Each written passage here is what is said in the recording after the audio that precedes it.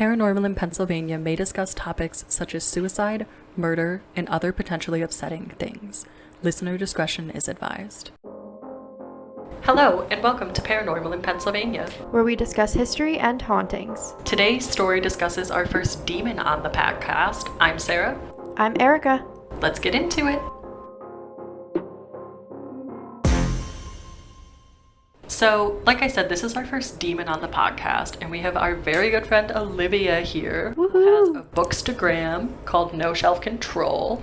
So, Liv, do you want to tell us more about your bookstagram? Hi, yeah, my name is Olivia. I run the Instagram account No Shelf Control, like Sarah said. I post book reviews, and I try to pair the book reviews with a food that's mentioned in the book. I do this because I love cooking, and it's a really great way for me to kind of expand my knowledge in the kitchen. And we all benefit from the food. Yes. So for this, we are covering the Smurl Haunting, and we read the book The Haunted for this, and it's written by Robert Curran with Jack and Janet Smurl.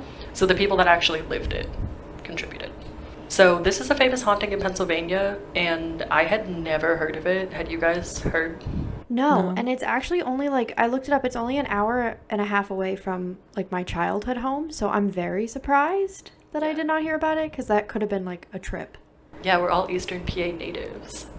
Yeah. And shout out to Hannah, who is our social media manager, because she recommended that we do this and creates incredible TikToks and has a podcast called Horror Hour with the Hannahs with her fiance, Matt Hannah. So check that out. And I was personally nervous to read this book because I don't love demons, but we've got our prayer candle going, we smudged, we've got tourmaline. I think we're hitting every base. I exclusively read this book at my work. I Really? refuse to read it in my home. I read this in one go because I was no, seriously, because I was if I put this down, I'm not picking it back up. Yeah. I did it very ritualistically where I would sit in the same spot every time, read the book, and then set it down, and after I was done, I would smudge the house and pray to be okay, we're done with that now. Let's not open any doors. I did this while we were away so that it was completely out of my apartment. You guys are so smart. I'm at my house too much. I should have read it outside. So the history for the audience, because we all read the book, so we all know the history. This takes place in Pittston, Pennsylvania, which is by Scranton, and I guess an hour and a half from Bethlehem.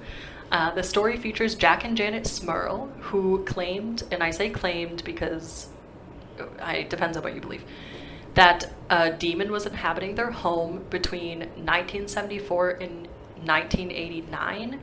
However, it did move with them, and the book, there's conflicting endings of whether or not the demon is still with them, but regardless, it was a long time that they lived with the demon. And there's actually a movie on the haunting in addition to the book that I didn't know existed. The house is located on Chase Street, and in 1986, the family brought in Ed and Lorraine Warren, who are famous demonologists. If you don't recognize the names, think the Conjuring, Annabelle, etc. So, this is mostly going to be a free-form discussion of the quote, well, it's not really a ghost story, I guess the demon story. Because this case is definitely crazy and scary. So what stuck out most to you guys?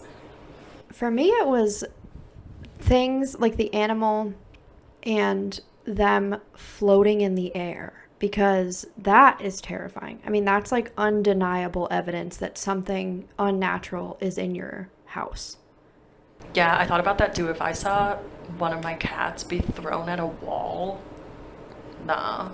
I had a similar reaction when the dog disintegrated and then came back to form, because if memory serves, that was the only thing or the only experience that they had that I thought did not make biological sense. There's no biological recovery from that, and I just couldn't wrap my head around how the dog came back to form. Yeah, and continued to survive. Yes. Right, and they were and he was fine. Yeah. Yeah. To be honest, mentally, I don't think the dog was fine. No, if we're no being way. honest. That had to be traumatic. Yeah, I mean, they talk about him being slammed against walls, him barking at stuff, trying to defend the family. I can't imagine. And so I guess to put it in some perspective for the reader, one of the first things that really convinces the family that they're haunted is it's the confirmation or communion. Do you guys remember which it was? I believe it was a confirmation because they said it was like the bat mitzvah. Yes. So I think it was confirmation. And it's the confirmation of one of the Smurl daughters. They have 3 daughters. And as they're leaving, the chandelier falls and almost kills them. And that's when they realize, like, they're haunted. And it just goes downhill from there with, like, these crazy, absolute crazy things. So with this, we're also going to review the book, since that's what Liv does. I thought that the way the book was written made it easier for me to digest this information because I didn't love how the book was written. I agree. Yeah, I agree. I think to an extent, but in terms of the actual experience of reading, the writing I felt was so disjointed that it was hard for me to like place when events were happening. Like Erica and I were talking about this the other day, that like we had no idea how much time was passing or any of that kind of like temporal context for these events. And that was really confusing for me as a reader. Yeah, and I think I went into reading it thinking it was going to be like a fiction story, I think is what I thought.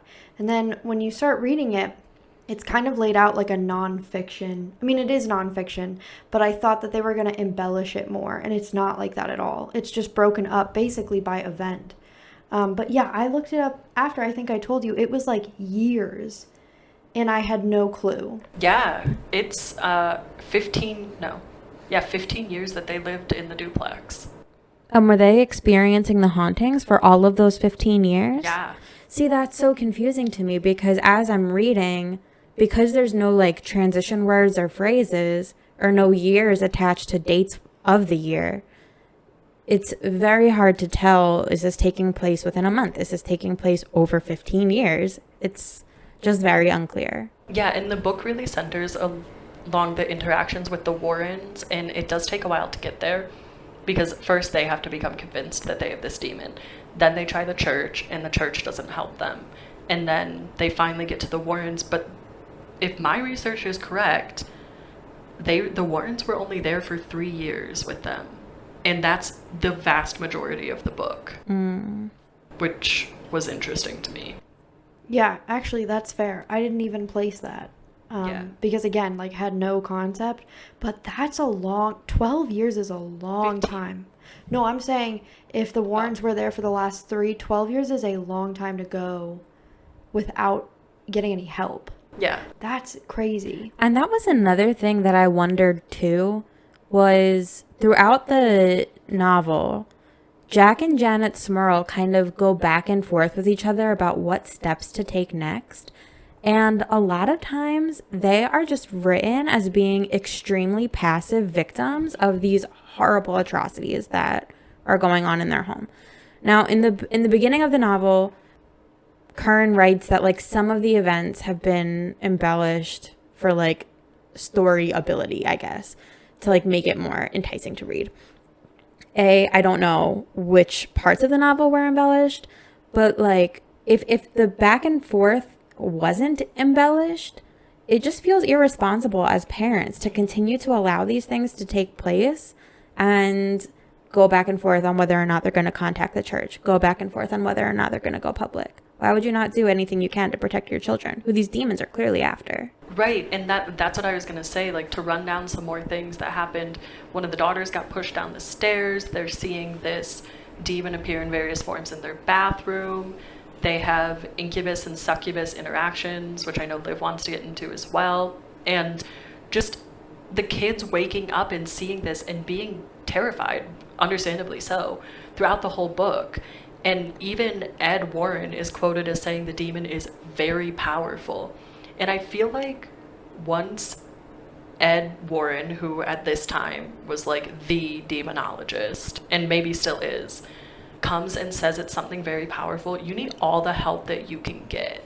Why would you not? I mean, I feel like the second my kids or my animal, I don't have kids, my animals are my kids, but kids or animals are hurt, Like, it's not just about Jack and Janet. And I think them being written that passively is interesting because they helped write the book. Yes. I actually questioned why they didn't try to put their children in a different home, but they stay in that home.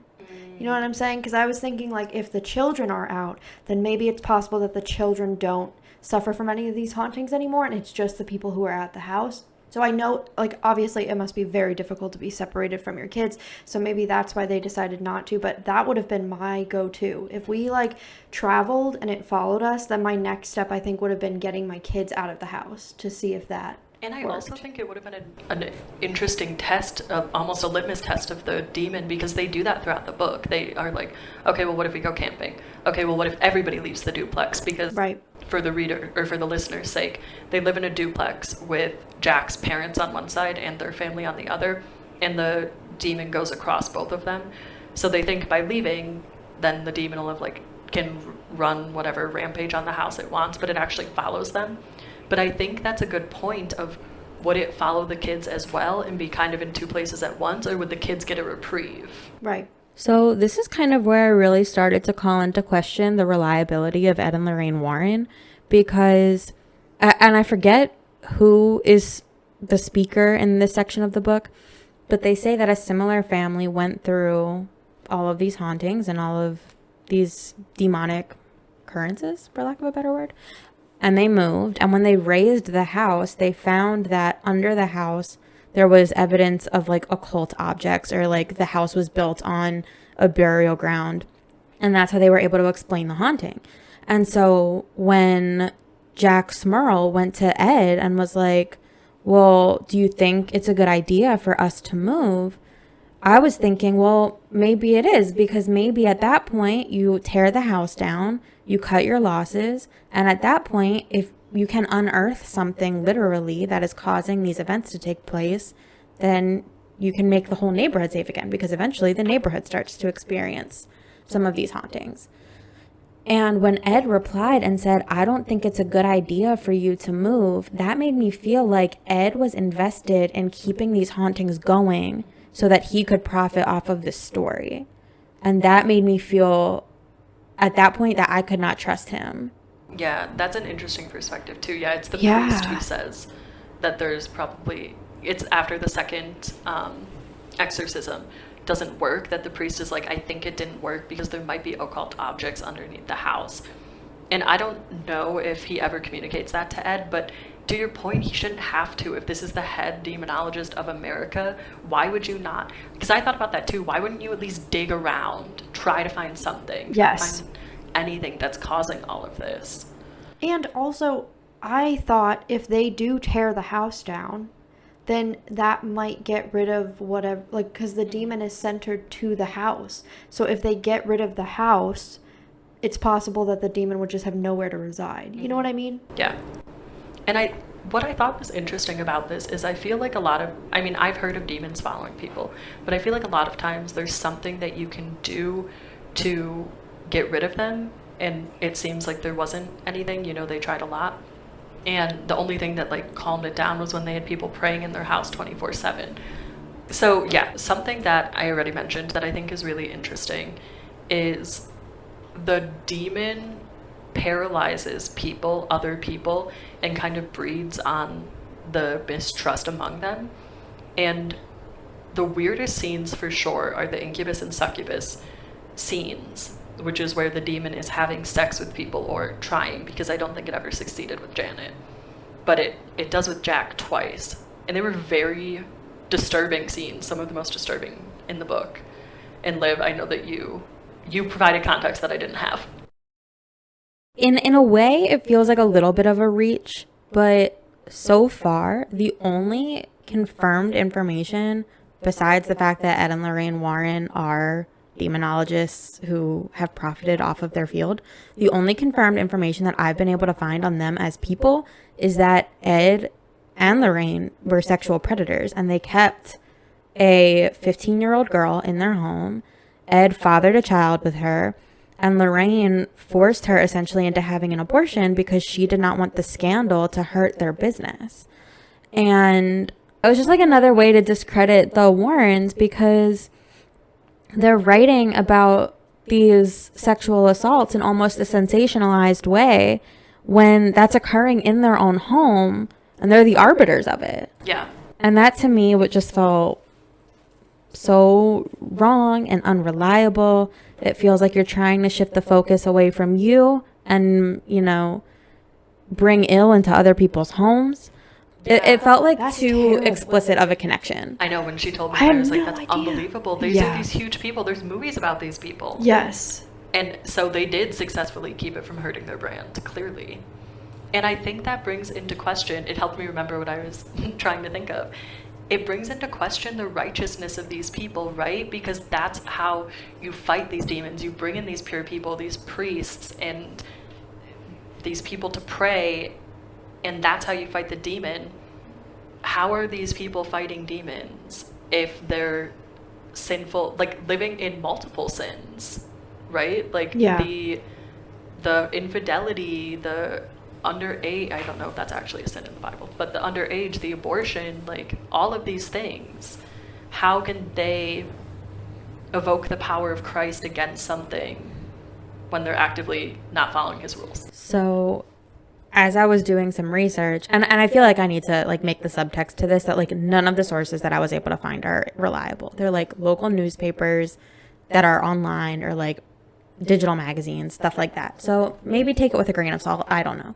But I was reading an article from the Medium, and the author of that article put the Warrens in really interesting context in the 70s, because in the 70s, as we know, this was like this wave of liberation, right? There was like sexual liberation, women's liberation, and evil, in their words, or demonic evil rather, in their words, in their justification, often comes from a girl when she's pubescent. So it seems like they have this like misogynistic angle where they're trying to put a lot of blame on women's sexuality. And this angle that this article was written from is saying like the Warrens exist as devout Catholics in what is a very liberal 70s relatively. And their whole shtick is to like get people to come back to the church through fear mongering. And by saying like, if you are participating in these like very liberal activities of like being a sexual person, then like you are invoking the devil. And the only way to fix that is by coming back to the Catholic Church. That's really interesting because they definitely say that throughout. Like they say, oh, you guys have these young daughters and that's what's drawing the demon to your house. Because what the big issue is here, the big question, is where did this demon come from? Because the Smurls are very devoted Catholics. They are in love and don't have conflict in their family home. So there's nothing that would bring about a demon based on what the Warrens say and also based on what I know of demons. So I think that might be right. They're just trying to be like, well, this is what it is. Here we go. We can use it to send a message. Yeah, I was going to bring that up. The fact that they kept, I feel like it was repeated multiple times that most of the families they deal with are like living in sin. So yeah, I thought that was like kind of a like weird point to make. You know what I mean? Because it was like, okay, yes, that may be true, but this family is still dealing with the same thing. And so it almost felt like they were saying like, oh, like this is the exception. And I was like, well, maybe it's not what you thought. You know what I mean? Like maybe people sinning may not be the reason that demons are here. Right. You know? Yeah, it could, like the occult objects under the house, like it could be that. And something else interesting, and I don't know, maybe this is just media depiction. I thought that it was important to try to get the name of the demon. They never try to do that. When they bring the psychics and the priest in, they don't ask for the name. They do point out the other ghosts in the house that are like being leveraged by the demon. And actually, to your point about the sexuality scandal, Liv, one of the ghosts is a man who killed his wife in the house because she was having an affair. And they say that he's one of the strongest people acting against the Smurls because he thinks Janet is his wife and he wants to hurt Jack. So yeah, I guess I didn't identify that there is an undercurrent of sexuality to it. That is kind of strange for a demon. Something I thought interesting about the book is I also expected it to be written like a story, Mm-hmm. and in a way it read more like a textbook in certain parts. Like they had like the bulleted points. I have one of like, okay, Lorraine Warren is talking, and then she details in bullet points what they're reporting of the Smurls after the second exorcism. There's interviews where with the Smurls and with the Warrens, and it even includes things like the question the interviewer will ask, what does that mean? And then the answer will say, long silence, and then the words. So it's really written in a way that makes it feel like a academic work, but at the same time not written well enough to be academic. Yeah, because even so, it's just so very disjointed. I'm trying to find it in the book now, but there are a few chapters where there's a section devoted to an apprentice demonologist, and it's like this B plot of the book, essentially, of this of this apprentice demonologist learning how to be a demonologist under Ed Warren's tutelage. And the Warrens are constantly warning him, like, not everybody's cut out for this, son. And he's like, well, I want to do it. I want to last 30 minutes in the basement. It kind of reminded me of Rocky when he's like, I want to go the distance. And so, like, he's in the basement and he's like, I'm going to go the distance. I'm going to last down here 30 minutes with this demon. And he does, but he gets hurt and it's this, like, very traumatic experience. And he ends it and says, like, I don't want to be a demonologist anymore. And that's where his B plot ends. And it's just very confusing. Like, there's a resolution to it in the sense that, like, Ed Warren is comforting and he doesn't shame him for not feeling cut out for it. But there's no real tie to the Smurl story in terms of, like, how his presence may or may not have affected them, anything that he may have done to help them. I don't know. I was really racking my brain to try to find a reason for it, and it just seemed like maybe they were trying to make Ed seem like a sympathetic tutor. Yeah, actually, as you're saying that, I thought, so the top of the book says, like, Ed and Lorraine Warren, and I thought it was just a reference to them. They actually also co-wrote it. So there's a lot of bias, I'm sure.